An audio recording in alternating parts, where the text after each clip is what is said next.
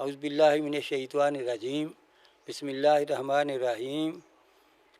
حضور بابائی سرکار کی زندگی کے مختلف ادوار پہ بات ہو رہی ہے۔ آج فوجی دور کے کارناموں کے حوالے سے بات ہوگی۔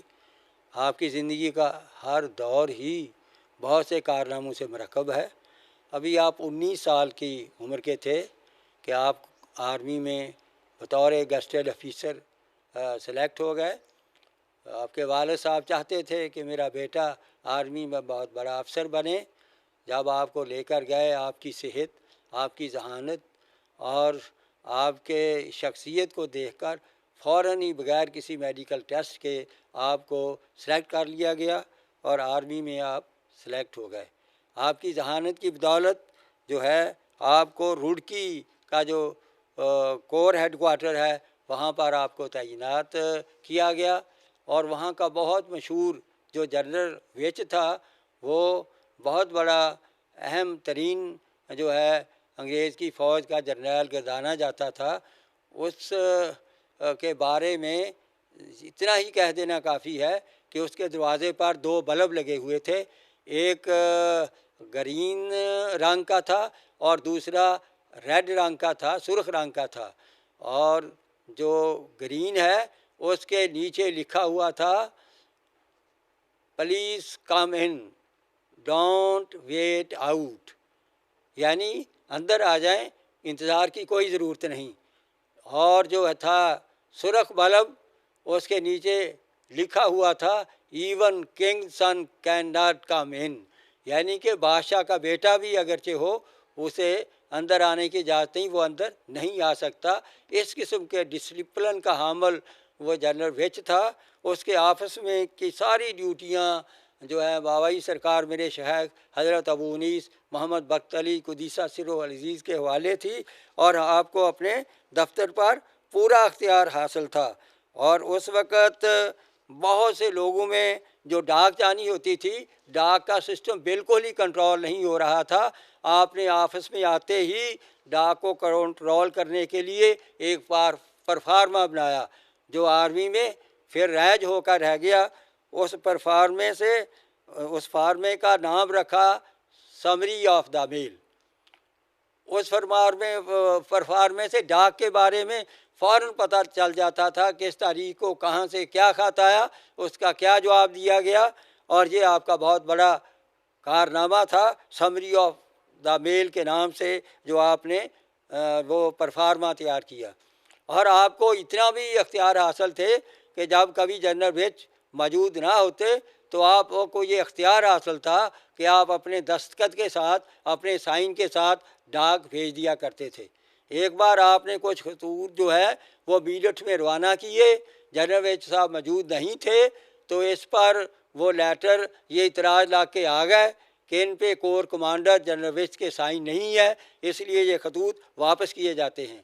جب وہ دفتر میں ریسیو ہوئے تو جنرل ویچ نے یہ لکھا کہ Mr Barkat Ali is a commissioned officer, he is in power to sign on by behalf, یعنی برکت جو ہے وہ کمیشنڈ آفیسر ہے اور اسے یہ اختیار ہے کہ وہ میری طرف سے سائن کر سکتا ہے۔ تو یہ اہمیت تھی جنرل ویچ کے ہاں آپ کی۔ اور آپ نے فوجی دور میں ایک بہت بڑی کتاب لکھی، زخیم، انتہائی اہم کتاب تھی، اس کا نام دیا آپ نے revision of core standing orders. Revision of core standing order کی کتاب کو جب ایک گورے کرنل نے پڑھا تو وہ بول اٹھا even I can not write such a book, یعنی کہ ایسی کتاب تو میں بھی نہیں لکھ سکتا۔ اور قابلیت، ذہانت اور اسی قسم کے جو ہے پیشہ ورانہ جو ہیں کارنامے کی وجہ سے آپ کا کور کمانڈر میں تو کیا بلکہ پوری آرمی میں ہیڈ کوارٹرز پر بھی تہلکہ مچا ہوا تھا۔ اور جو ہے ہیڈ کوارٹر کی طرف سے ہمیشہ یہ ہدایت آتی کہ اس آفیسر سے کوئی نہ کوئی بڑا کام لیا جاتا رہے، اور ہر 3 مہینے کے بعد ہیڈ کوارٹر کی طرف سے کور کمانڈر کو یہ لیٹر ریسیو ہوتا کہ اس انتہائی ذہین اور پیشہ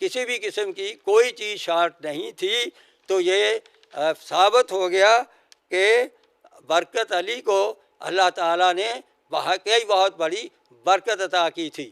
جنرل ویج جس کے ساتھ آپ رہا کرتے تھے، وہ آپ کے بارے میں اکثر کہا کرتا تھا، I have never met a man in India to touch him, he is as keen as mustard, he works like clockwork. یہ آپ کے فوجی دور کے کارنامے تھے۔ انشاءاللہ تعالی باقی پھر ہم اگلی نشست میں کریں گے۔ وما علینا الا البلاغ المبین۔